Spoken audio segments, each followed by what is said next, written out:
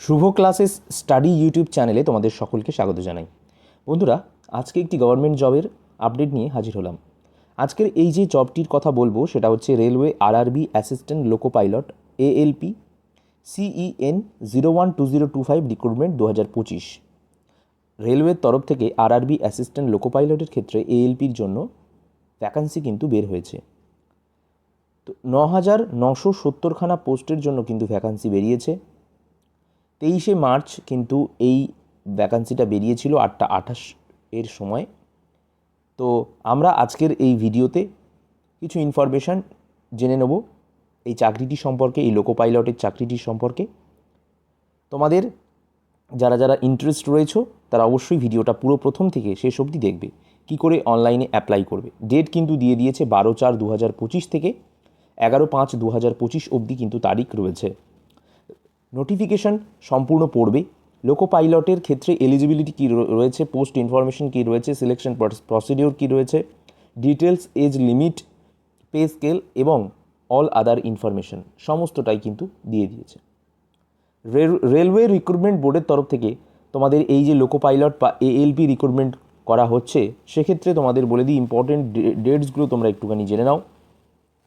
12/4/2025 থেকে কিন্তু অ্যাপ্লিকেশন করা শুরু হবে অনলাইনে। লাস্ট ডেট রয়েছে 11/5/2025। আরও একবার আমি রিপিট করছি, 12/4/2025 অর্থাৎ এপ্রিল মাসের 12 তারিখ থেকে কিন্তু শুরু হচ্ছে, কালকে থেকে শুরু হয়েছে অলরেডি, এবং অ্যাপ্লিকেশনটা লাস্ট ডেট হচ্ছে 11/5/2025। লাস্ট ডেট এক্সামিনেশনের ফি জমা দেওয়ার জন্য 13 তারিখ রয়েছে, মে মাসের 13/5/2025।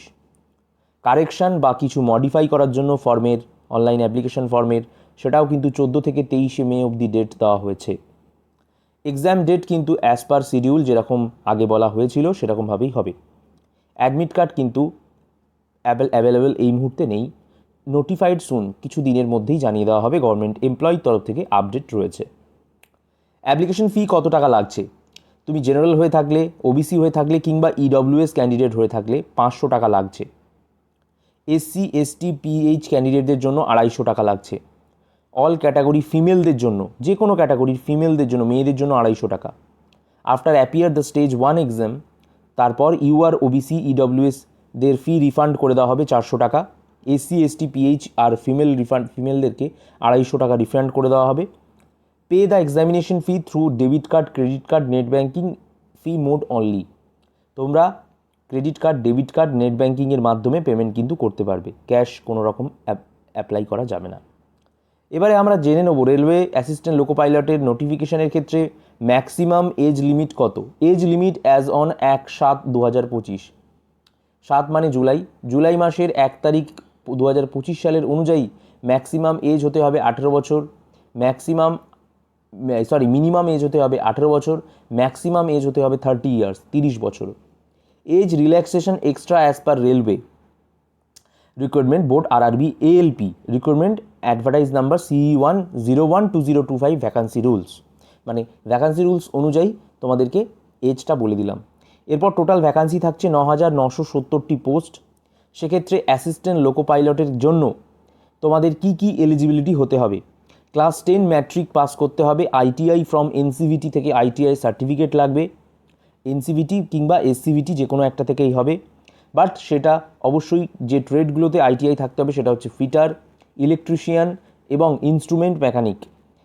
এর পাশাপাশি millwright, maintenance mechanic radio TV, electronics mechanic motor vehicle, wireman, tractor mechanic, armature and coil winder, mechanic diesel, heat engine turner, machinist, refrigerations and air conditioning mechanic.